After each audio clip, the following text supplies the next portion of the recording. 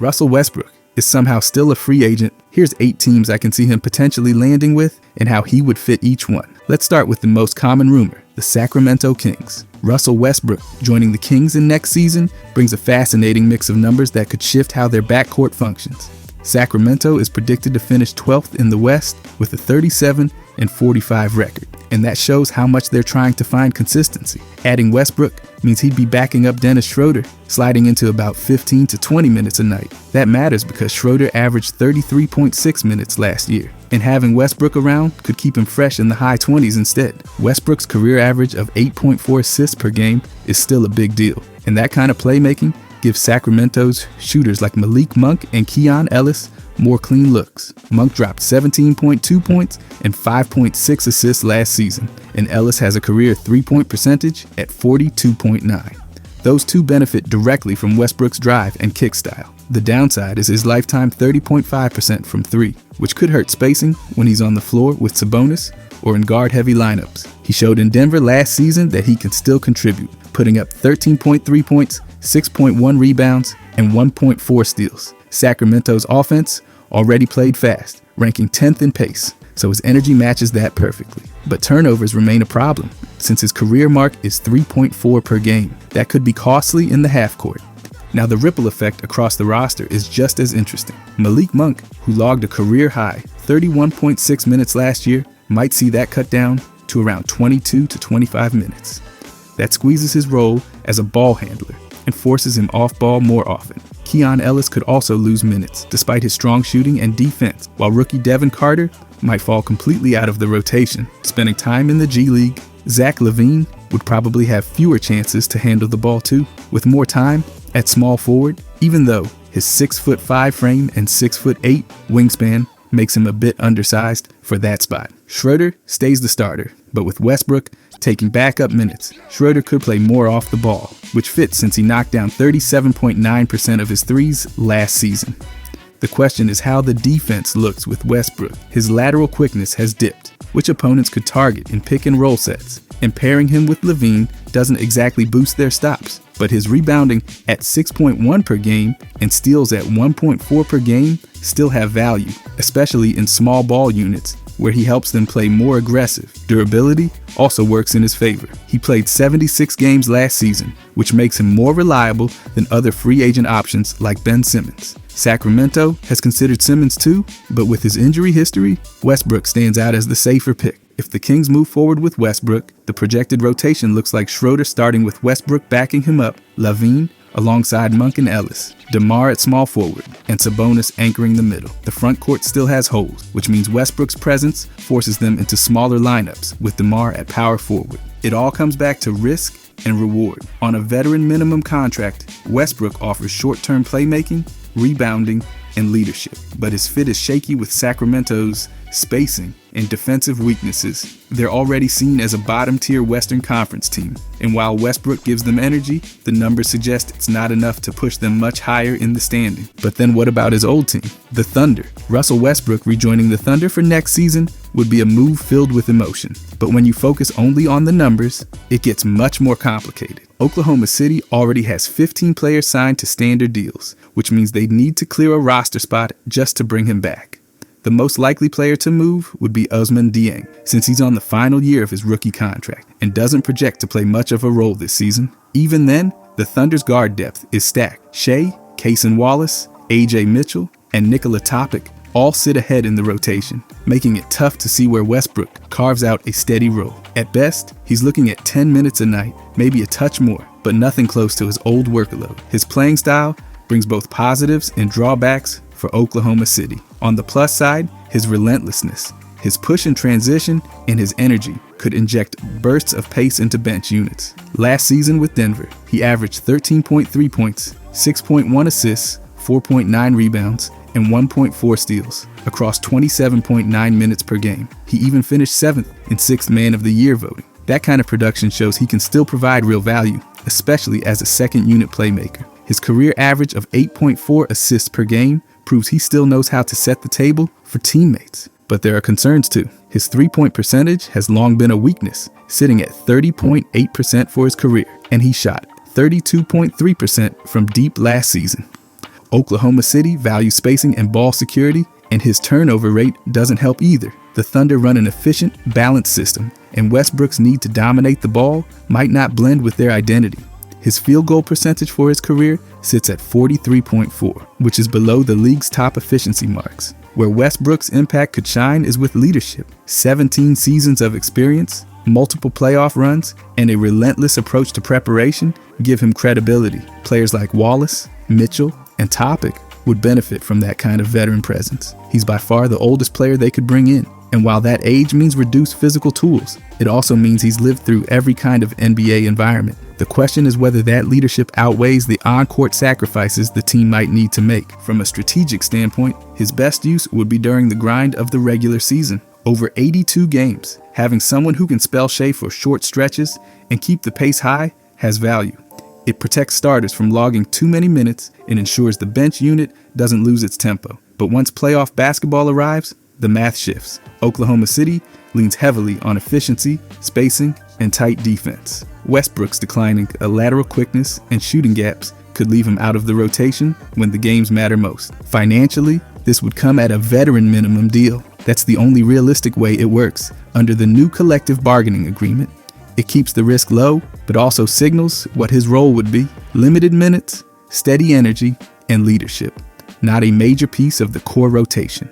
Other teams like Sacramento might be a clearer fit basketball-wise, but the Thunder offer something intangible with the reunion factor. Fans would embrace it, but the front office has to weigh legacy against practicality. In the end, the numbers tell the story. 13.3 points, 6.1 assists, 4.9 rebounds, and 1.4 steals are still useful. But Oklahoma City's guard depth, efficiency standards, and spacing priorities mean Westbrook doesn't slot in easily. They're defending champions who don't want disruption. And while the reunion idea makes sense emotionally, the data shows his role would be sharply reduced. On a minimum contract, he'd bring leadership and flashes of production, but his actual on-court impact would likely remain small. But what about New York? Russell Westbrook stepping into the Knicks lineup for next season would answer a very specific need, and the stats show exactly why. They've got one roster spot open and need a veteran guard behind Jalen Brunson. Jordan Clarkson is there after a buyout, plus Miles McBride and Tyler Kolek. But none of those guys average more than 5 assists per game. Last season, only Brunson and Josh Hart cleared that mark, so the lack of secondary playmaking is obvious. Westbrook averaged 6.1 assists in just under 28 minutes a game with Denver, ranking 17th in the league. And that kind of creation is exactly what New York has been searching for. The numbers tell us Westbrook still finds ways to score and contribute. He put up 13.3 points, 4.9 rebounds, and 6.1 assists on 44.9% from the field and 32.3% from three. The outside shot remains inconsistent, but it's worth noting he hit 43.9% from the corners, which becomes valuable when he's spaced properly. Playing next to shooters like Karl Anthony Towns, Bridges, and OG opens up the lane for him to attack the rim, and defenders can't sag off those kinds of threats without paying for it. His career average sits at 8 assists per game, and last season, he owned a 27.9% assist rate, ranking among the top 20 guards. The Knicks bench was 18th in assists per game, so adding a guy who thrives on drive and kick action could instantly raise that unit's production. Clarkson and McBride benefit the most, since Westbrook creates looks they wouldn't normally get. Defense is always a point of focus in New York, and Westbrook has some positives there. He averaged 1.4 steals a game last year, using active hands to disrupt. Off the ball, though, he gambles and loses track of rotations, which has been an issue. Under Mike Brown, who emphasizes structure and switching, he could be placed in spots where his energy is maximized against second-unit ball handlers. From a tactical perspective, the fit looks interesting. In small ball units with Bridges, OG, Hart, and Towns, Westbrook's rim pressure pairs perfectly with floor spacers. In transition, he still averaged over 1.1 points per possession last year, proving he thrives in the open floor. His pick and roll work also remains solid, generating 0.92 points per possession as the ball handler, ranking in the 65th percentile. That's more than serviceable when paired with rolling bigs. The Knicks' biggest problem last season was stretches without Brunson, where their net rating dropped by negative 4.2. Westbrook instantly stabilizes those minutes. Spacing does need attention. His career 30.5% from three means the Knicks have to surround him with shooters. Interestingly, his off-ball activity has improved. In Denver, he cut more often and scored 1.28 points per possession on those actions, ranking in the 75th percentile. That helps him fit with Brunson, since he can move without the ball instead of just standing in the corner. Contract-wise, the veteran minimum is the only realistic option, and it fits New York's cap sheet since they're near the luxury tax. 15 to 20 minutes a night as a second-unit ball handler preserves his 37-year-old body and keeps his bursts impactful. Leadership is another bonus. 17 seasons, an MVP, and deep playoff runs give him the credibility to mentor McBride and Kolek while keeping the locker room sharp. The concerns are there, though. The Knicks finished 51-31 last season and are in the contender mix. In the playoffs, Westbrook averaged 3.2 turnovers per game and posted a negative 2.3 net rating. That kind of inefficiency gets exposed in high-stakes series. His shooting also allows defenses to sag, which could clog the paint for Brunson and Towns unless spacing is carefully managed. Brunson's usage rate at 30% means balancing possessions is crucial, but Westbrook's willingness to come off the bench in Denver shows he can adapt. Compared to other teams like Sacramento, the Knicks actually give him the better structure. The Kings rank just 20th in three-point percentage, limiting spacing, while New York surrounds him with shooting and defense. That makes his flaws easier to hide. So when you line it all up, the move is high risk, but also high reward. The numbers point to a clear bench fit that boosts playmaking, raises the second unit's efficiency, and provides veteran leadership on a low-cost deal. If managed properly, Westbrook could be exactly what pushes the Knicks bench from good to championship caliber. But what about Miami? Russell Westbrook on the Heat in next season is a fascinating fit because the numbers show both positives and drawbacks. Miami enters the season with plenty of guard, and they just added Norman Powell and Davion Mitchell to a group that already includes Tyler Hero, Terry Rozier, Pele Larson, and rookie Kasparas Jakučionis. That creates a crowded backcourt, but the problem is they still don't have a true playmaking point guard. Westbrook averaged 13.3 points, 6.1 assists, 4.9 rebounds, and 1.4 steals with Denver last season, so he'd immediately give them a secondary playmaker who can stabilize the second unit. His career average of 8 assists per game shows he's always been a reliable facilitator. The Heat finished last season with a first-round sweep, and projections have them as a play-in level team. They need someone who can create offense for others, and Westbrook fits that description even in limited minutes. In a bench role of 15 to 20 minutes, he can generate looks for shooters like Powell and Duncan Robinson. Robinson thrives on drive and kick opportunities, and Westbrook has always excelled at forcing defenses to collapse. His effective field goal percentage last season was 50.5, which is respectable, but turnovers remain a problem since his career average sits at 3.4 per game. Looking at ripple effects, Hero is expected to carry the primary ball handling load, but Westbrook could ease that burden. Hero hit 37.9% of his threes last season, so playing more off-ball works for him. Rozier, who averaged over 20 points, might have to adjust since Westbrook overlaps some of his playmaking responsibilities. Powell, who shot 42.9% from deep, risks seeing fewer minutes if Westbrook takes over backup guard time. Meanwhile, Davion Mitchell's role could shrink significantly,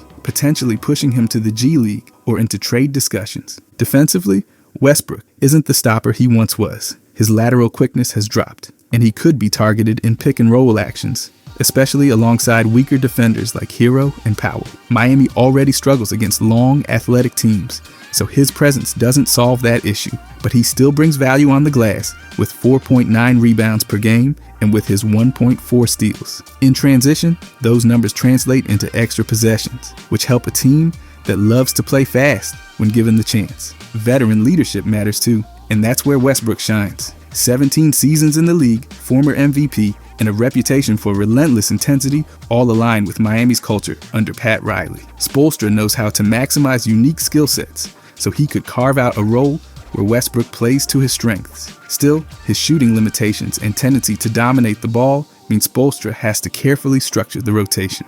From a financial angle, the Heat have an open roster spot but limited flexibility under the luxury tax. A veteran minimum contract makes sense, but it also means using that spot on another guard when they already lack frontcourt depth. Behind Bam and Ware, the front line is thin, and adding another guard could create roster imbalance. The projected rotation shows Westbrook backing up Hero at point guard, with Rozier and Powell holding down shooting guard minutes. Jaquez and Andrew Wiggins split time at small forward. Nikola Jovic and Caleb Martin work at power forward, and Bam anchors the middle. That rotation forces smaller lineups whenever Spoelstra wants to play Jaquez or Wiggins at the 4, something Miami has leaned on in the past. The bottom line is the Heat get short-term playmaking, rebounding, and leadership, but spacing and defensive weaknesses remain concerns. Westbrook's fit is questionable, given the overlap with Hero and Rozier, and projections still place Miami in the middle of the pack. The contract would be low risk, but the on-court results might not move them far in the standings. But how about the Bucks? Russell Westbrook joining the Bucks for next season is an idea that checks some boxes, but raises others. Milwaukee already has 15 players under contract, so a signing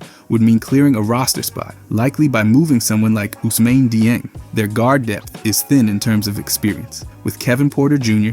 and Ryan Rollins as options, which makes a veteran like Westbrook appealing. His role would be backing up at point guard, sliding into 10 to 15 minutes per night behind those younger guards. The stats still show Westbrook has something to give. Last season in Denver, he averaged 13.3 points, 4.9 rebounds, 6.1 assists, and 1.4 steals in 27.9 minutes. He even dropped 29 points in a game against Oklahoma City, showing he can still flash explosive scoring. His attacking style and pace mirror Giannis' rim pressure, which means the Bucks could keep a similar tempo, even with Giannis on the bench. Pairing him with Rollins works too, since Rollins can play off-ball while Westbrook handles. But inefficiency remains a concern. He shot 44.9% from the field and 32.3% from 3 last season, while his career mark from deep is 30.5. On a team that thrives on spacing and drive and kick action, that shooting can hurt. His 3.2 turnovers per game also disrupt half-court flow. In the playoffs, it's been worse. Over the past 2 postseasons, he shot just 36% from the field, which raises red flags about crunch time viability. Projection models expect him to average about 17.2 points, 6.7 rebounds, and 7.5 assists per 36 minutes this season, with the field goal mark around 44.1% and 30.7% from deep. His player efficiency rating last year was 14.3, noticeably down from his career 21.6 average, signaling overall decline. Leadership is part of the equation too. With 17 years of experience and an MVP background, Westbrook brings credibility to younger guards like Porter and Rollins, but his relentless style doesn't always translate to calm playoff poise. He has accepted bench roles in recent seasons, though his desire for consistent, meaningful minutes could clash with Milwaukee's commitment to developing its young backcourt. Strategically, Westbrook's energy helps across the long 82-game grind. He'd give bursts of pace, rebounding, and defensive effort, and he could help manage starter minutes. But playoff basketball is about efficiency and spacing, and his struggles in those areas likely limit his postseason role. Contract-wise, he'd be a veteran minimum signing around $3 to $4 million. With Milwaukee already $17 million over the cap, that's the only feasible option. Potential conflicts are clear. His need to control the ball might not mesh with Giannis, who often initiates offense himself, and giving Westbrook minutes could block development for Porter and Rollins, who the franchise views as long-term pieces. So overall, Westbrook adds short-term depth, bursts of energy, and leadership. But the downside is significant. Spacing issues, turnovers, playoff inefficiency, and possible disruption to youth development make it a risky fit. On paper, the Bucks may be better off targeting a steadier guard who shoots efficiently and complements Giannis more seamlessly. But then we got Dallas. Russell Westbrook sliding into the Mavericks roster for next season would create an interesting balance between high-energy playmaking and clear statistical concerns. Dallas already leans heavily on Kyrie, while D'Angelo Russell and Jaden Hardy give them backcourt depth. But the bench still lacks a true point guard who can drive, collapse defenses, and spark transition chances. That's where Westbrook fits. Last season in Denver, he averaged 13.3 points, 6.1 assists, 4.9 rebounds, and 1.4 steals in 27.9 minutes, ranking 17th in assists league-wide despite a bench row.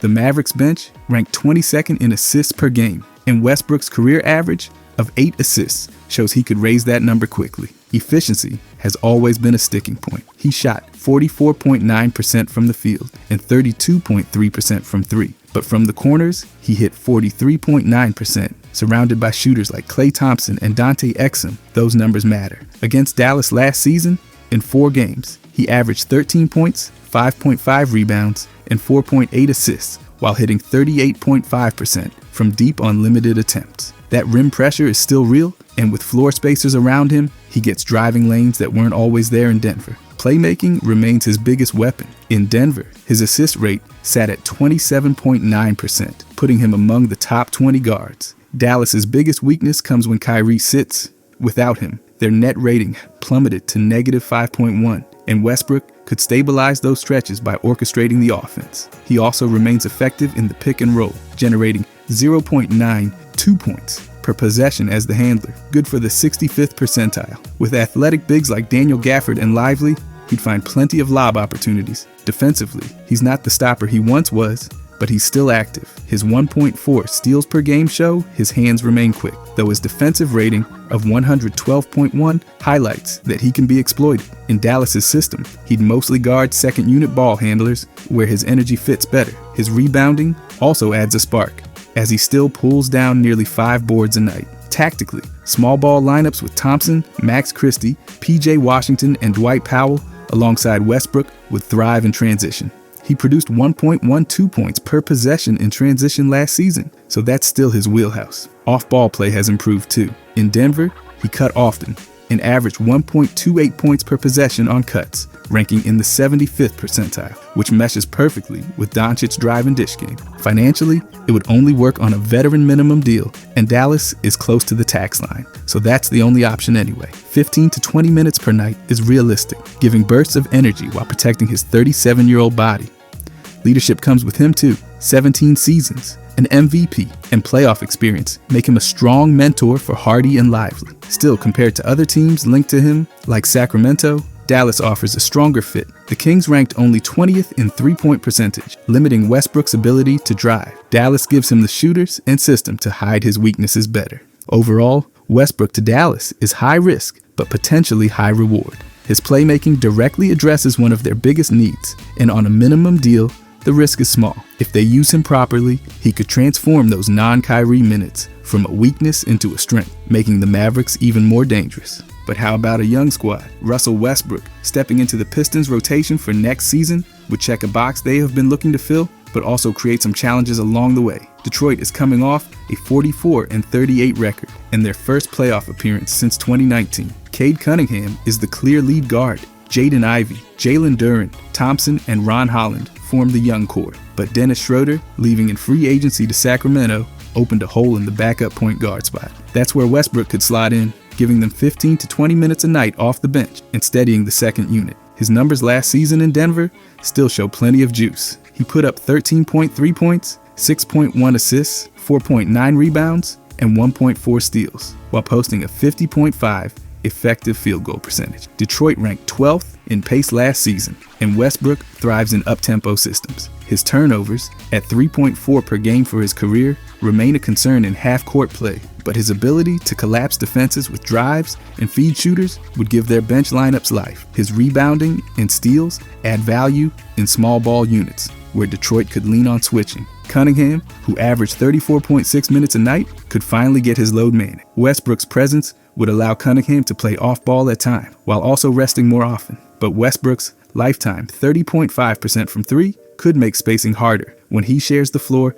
with non-shooters like Duren. Still, the mentorship angle is real. Cunningham, learning from a veteran of 17 seasons, has value. Ivy might be the most directly affected. He's entering a critical stage in his development, and Westbrook, taking secondary playmaking touches, could slow that growth. On the flip side, Westbrook's experience might help Ivy sharpen his decision-making and learn how to channel his athleticism. Marcus Sasser and Malcolm Kazalin likely lose minutes or get dangled in trade talks if Westbrook signs, since the guard rotation becomes crowded. The offensive fit has its pros and cons. Detroit added Duncan Robinson in the offseason, and pairing him with Westbrook makes sense in drive and kick sets. Thompson also benefits from open looks, but the Pistons ranked 24th in three-point percentage last season, so any lineups without strong shooters risk heavy congestion around the paint.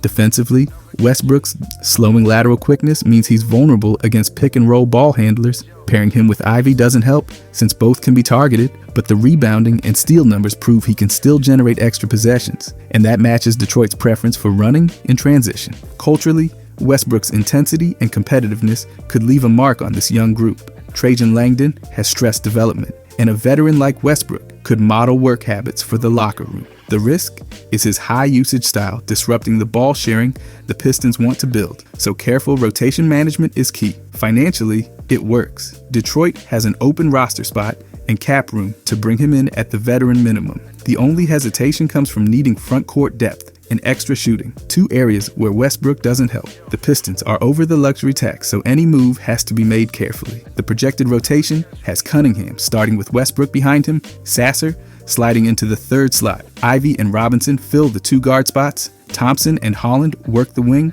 and Duren anchors the middle. Smaller lineups with Thompson or Holland at power forward would be needed if Westbrook is added, tightening spacing even further. The bottom line is simple. Westbrook brings veteran leadership, secondary playmaking, and energy, but spacing issues, turnovers, and defensive limitations raise questions. Detroit is projected for 47 wins and a top 6 seed. And while Westbrook could stabilize the bench, he's not a needle mover. At a minimum deal, it's a low-cost flyer that adds mentorship for their young core. But what about the finals runner-up? Russell Westbrook joining the Pacers for next season would be one of the most awkward fits we've seen on paper, and the numbers make it pretty clear why. Indiana already has Andrew Nembhard locked in as the starter, and TJ McConnell firmly holding down the backup role. Rookie Cam Jones is under contract, and even two-way players like Ray J. Dennis and Quentin Jackson provide extra depth. That leaves 0 natural minutes for Westbrook unless a roster move clears space.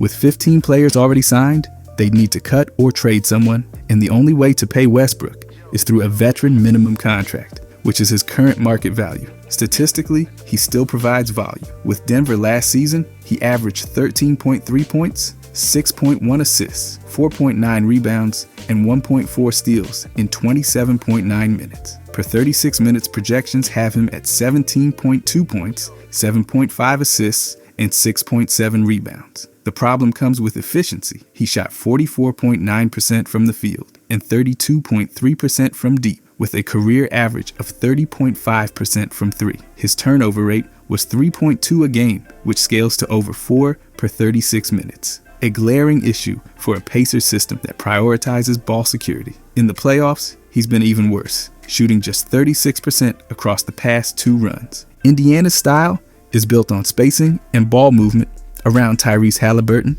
and Westbrook's poor outside shooting clogs the very lanes they want open. His player efficiency rating last season was 14.3, below the league average of 15, signaling decline. While his rebounding and steal rates are still useful, the inefficiency outweighs them in a system that's reliant on precision. The role also doesn't line up. Realistically, he'd be the third string behind Nembhard and McConnell. That's tough for a 17-year veteran who's used to meaningful minutes. Reports suggest he might struggle with that kind of role acceptance, and putting him behind McConnell specifically could cause tension. McConnell's steady leadership already sets the tone, and adding Westbrook's ball-dominant personality could fracture chemistry instead of strengthening it. From a cultural standpoint, Indiana has built an identity around youth, growth, and Halliburton's leadership. Westbrook's presence feels off track from that strategy. He could mentor Cam Jones or provide veteran presence, but McConnell already does that, with a style more in sync with the team's direction. All the advanced data and trends point the same way. The Pacers are one of the least logical destinations for Westbrook. The guard rotation is crowded. The fit clashes with their offensive principles. The efficiency issues stand out even more in their system, and the risk of disruption outweighs any marginal gain. If you guys enjoyed this, I'll be posting every day. I genuinely appreciate if you could subscribe. Thanks for watching.